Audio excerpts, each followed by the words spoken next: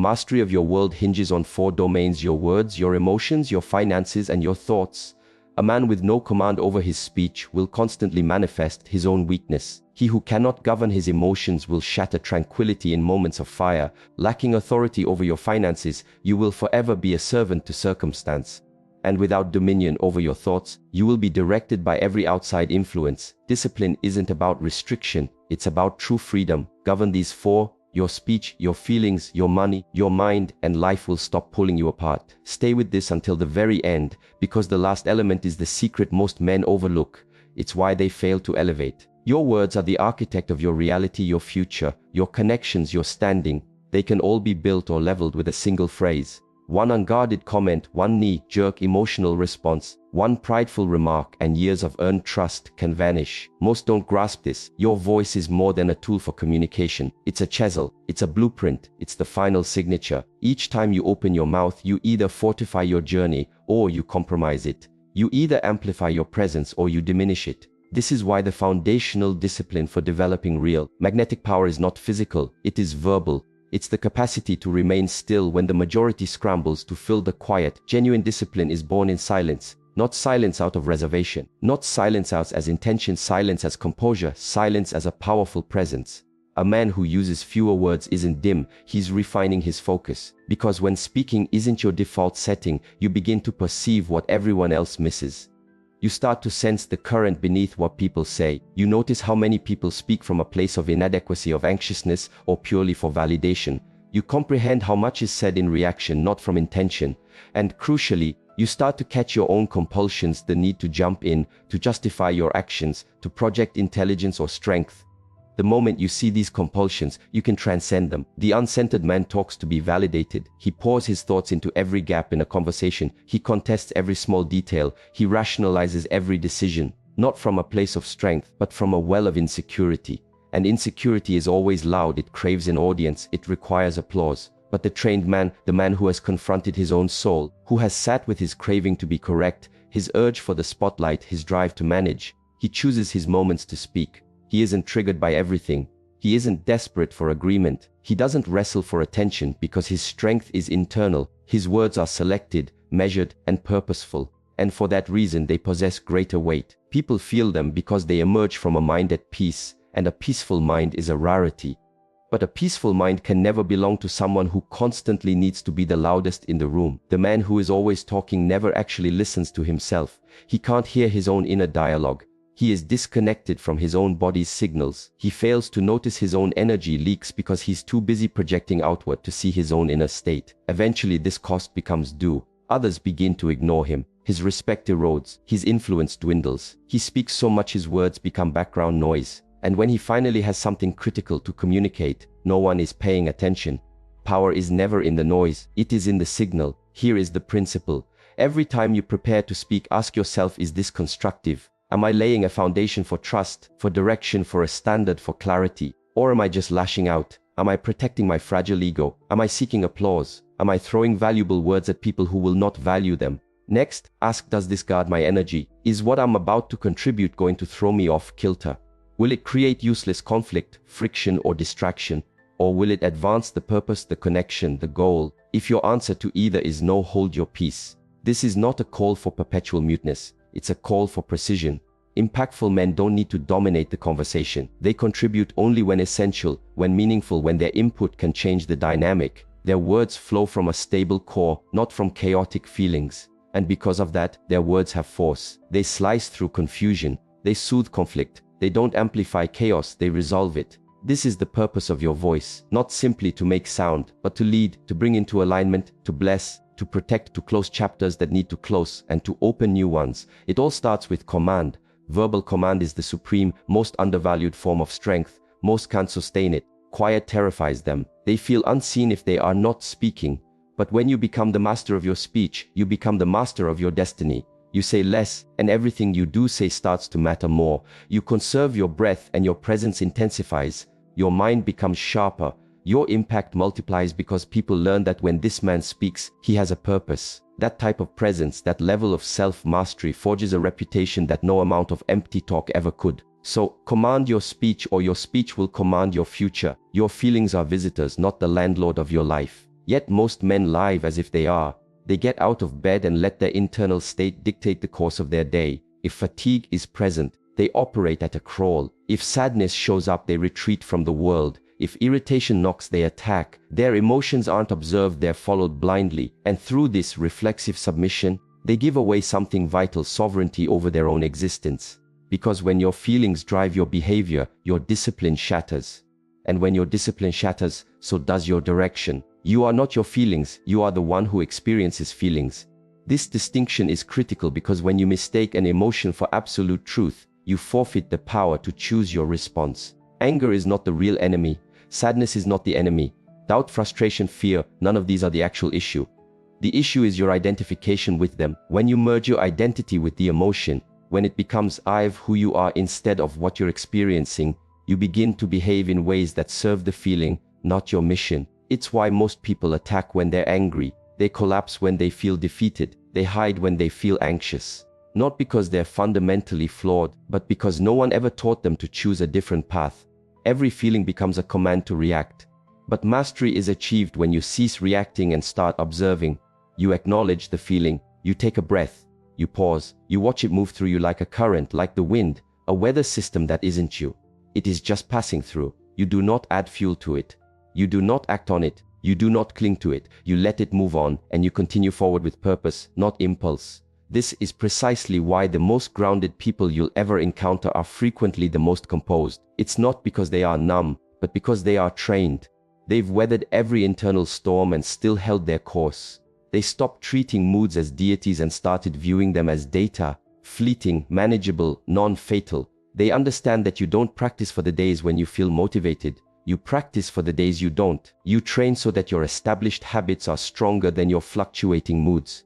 You train so your sense of purpose is bigger than your frustration.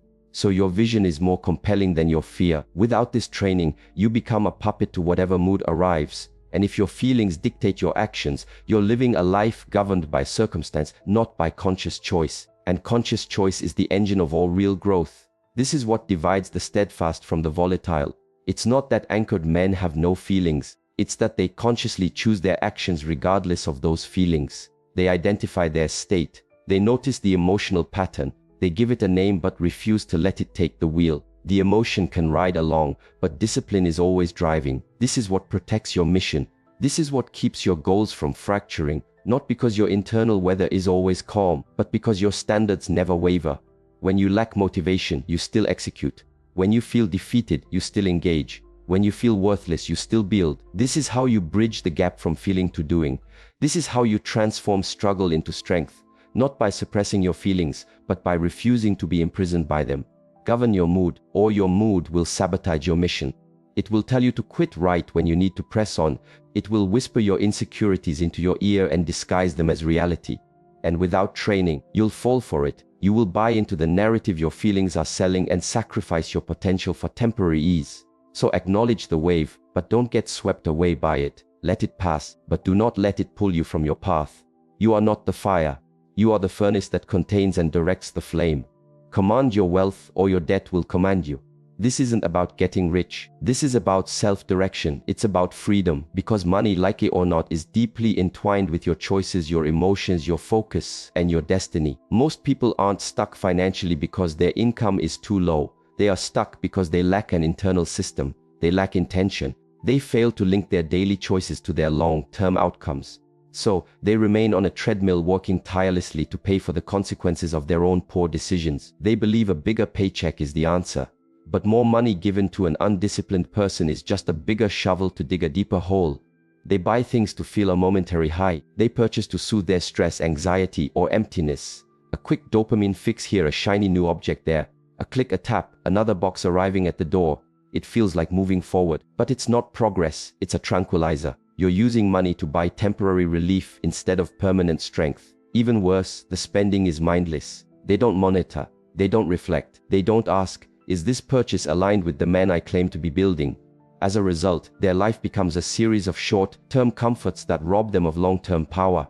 Not just on a spreadsheet, but mentally and emotionally. You can never establish inner peace while you are in a state of financial emergency. Your resources, like your energy, require a purpose. Each dollar represents a decision. Every buy is a statement of your values. To spend without awareness is to live without awareness. You auction off your future one small purchase at a time. Every impulse buy is a victory for your unchecked emotions. Every unmonitored expense is another small fissure in your foundation. And it absolutely accumulates not just in your bank account, but in the direction of your life. A man who cannot command his finances will never command his time. And a man who cannot direct his time will never fulfill his purpose. If you cannot delay gratification, you can never achieve tranquility. That is the fundamental law. Peace is not a product of comfort. It is a product of control. Control of your impulses, control of your emotions, control of your true priorities. If you continually yield to what feels good in the moment, you will perpetually give up what is most meaningful later. That is why the discipline to reject minor indulgences isn't about sacrifice. It is about leadership. Leadership of your destiny. Leadership of your focus. Leadership of your liberty. Start with clarity, not with restriction. Begin by looking at every transaction. The goal isn't rigidity, it is awareness. You can't fix what you refuse to acknowledge. You can't build what you refuse to measure. As you observe your spending, your patterns become visible. You'll see how often your purchases are driven by exhaustion, pressure, or boredom, rather than logic. Once these patterns are exposed, you can start to intentionally reshape them. You begin to allocate money toward your own evolution, not your own decline. You start acquiring assets, not liabilities. Systems, not distractions. Because money doesn't make you who you are. It magnifies who you already are. It is a mirror of your emotional regulation. It is a billboard for your values. It reveals whether you are constructing a future or just coping with the present, leading your life or just hoping someone else will. The man who commands his finances doesn't just accumulate money. He generates freedom. He reclaims his hours. He navigates the world with less stress, less neediness, less desperation. And because he is not dependent on others for money, he is also not dependent on them for approval. He becomes much more difficult to manipulate, to divert, to push off his center. Because his moves are born from clarity, not from need. And clarity is the seed of all power. So monitor your money, direct your budget, and analyze your spending, not from greed, but because you are finished being a puppet. You say you want freedom, then earn it by mastering the very tool the world uses to enslave you. Either you captain your mind or you will be a passenger on a ship sailing into a storm. This is not philosophy. This is physics. It's the ultimate layer of self-mastery. You will never manage your speech, your feelings, your behavior, your money, or your path if your mind is a source of chaos. And today, most minds are chaotic. Most people do not actively direct their thoughts. They are dragged along by them. Their heads are filled with static from dawn till dusk. Lost in over-analysis, replaying old mistakes, rehearsing future catastrophes, obsessing over who approves of them and who doesn't, debating what to text back, what to consume, what to share. It never stops. And because they never stop to observe this internal chaos, they begin to believe the static is them. But it's not. These are untrained habits. And if you do not train your habits, they will define you. Most people exist in a state of constant mental reactivity. Their thoughts bounce between shame and delusion, between worry and ego, between escapism and craving. A single notification, one social media post, one piece of news, and their emotional state is hijacked. This demolishes their ability to concentrate. It siphons away their focus. With no focus, no deep work is possible. With no clarity, no good decisions are made. When your thoughts run wild, your life follows suit. This is why most people aren't actually lazy. They are mentally fragmented, caught in internal cycles, convincing themselves they're trapped by their circumstances. But they are not trapped by life. They are trapped by their own thinking. And until that cycle is broken, no external factor can save them. An untamed mind is a destructive force. It erodes relationships by projecting insecurities, anticipating rejection, and spinning stories about every interaction. It sabotages discipline by constantly seeking comfort and avoiding necessary struggle. It annihilates peace by refusing to ever settle. It forces you to live through imaginary arguments, exaggerated threats, and painful memories. And if you never intervene, this becomes your reality, your personality, your life. So how do you claim your mind? You meet it in the quiet, not just once, not just on a good day, but daily. You carve out the time, not for entertainment, but for stillness. You sit, you breathe, you observe. You stop fleeing your thoughts and you start to truly see them, without judging, without engaging, simply recognizing them as old programming, as echoes from your past. In this act of pure observation, a shift begins. You create distance between your true self and your thoughts. That distance is your freedom. Your thoughts start to lose their grip on you because you now see them for what they are, temporary and malleable. You start to give your mind direction. You feed it purpose, discipline, clarity. You stop feeding it junk, pointless arguments, low-grade dopamine, the noise of other people's opinions. You remove the mental fast food and replace it with deliberate practice.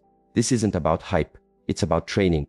Every time you choose quiet over chaos, focus over distraction, purpose over impulse, you are training your mind, and eventually what once had power over you grows quiet. Not gone, but organized, sharp, and aligned. When you control your mind, you gain control over everything else. Your words gain weight. You respond with intention instead of reacting from impulse. Your life gains direction. Your financial situation improves, not through a windfall, but through wiser moves. Your connections deepen, not by finding a flawless person, but by ceasing to project your inner chaos onto others. You stop searching for peace because you begin to generate it from within. Your entire world transforms not because it changed, but because you changed. Your perception changed, your choices changed, your presence changed. Master your mind or it will master you. It will claim your time, your focus, your choices, your relationships, and the very course of your life.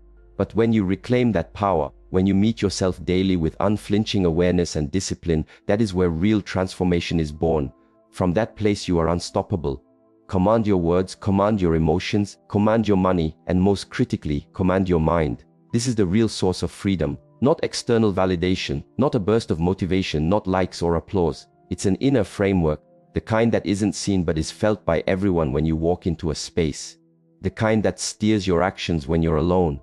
The kind that makes you accountable, not just to the world, but to your highest self. If you build this framework choice by choice, hour by hour, day by day, you will achieve something few men ever will: calm without apathy, strength without aggression, stillness without indifference. But if you neglect it, if you continue to run from the work, life will continue to feel unpredictable, heavy, and unjust. You will always wonder why you feel so stuck, why your progress vanishes, why your mind is a war zone. It's not the world that's against you. It's the absence of a strong frame within you. You cannot have a powerful outer existence with a fragile inner foundation. Without commanding your words, you will sabotage your connections. Without commanding your emotions, you will break when tested. Without commanding your money, you will sacrifice liberty for fleeting comfort. And without commanding your mind, you will never be able to hear your own mission through the deafening noise of the world. Start today, not next week, not when you feel ready. Now. Forge a ritual, one non-negotiable hour a day. This is the birthplace of real change, not in some grand explosive effort, but in disciplined repetition, in a protected block of time you grind to yourself. Time with zero interruptions, dedicated to silence, focus, and reflection. No screens, no inputs. Just your breath and your intention. You train your body, you observe your mind, you write down what is true, you face what you have been hiding from. You learn to ask higher quality questions, and you do it again the next day. Not because it feels good, but because the man you are destined to become demands it. Train as if everything is on the line, because it is. Everything you desire, peace, purpose, strength, presence, is waiting for you on the other side of this framework. And if you're still with me now, this isn't a new concept for you. It is a confirmation of what your soul has been telling you. Deep down, you've always known you had to claim this hour, that you could not continue on autopilot, handing out your focus and energy to everyone and everything else, leaving yourself with nothing. Consider this your call to return to discipline, not as a form of self-punishment, but as an act of self-alignment, not to shrink your life, but to finally build one that has space to expand. If this resonated deep within you, subscribe. Stay plugged into the signal that pulls you back to who you truly are. Not the person others expect, but the one you are constructing hour by hour. And if you are committed to making this practice your daily reality, click the link below. This isn't about motivation. This is about a system. It's the only thing that works. And remember, the man who governs his inner world, his words, his thoughts, his energy, his money, doesn't need to control the outer world, because he has already taken command of his destiny.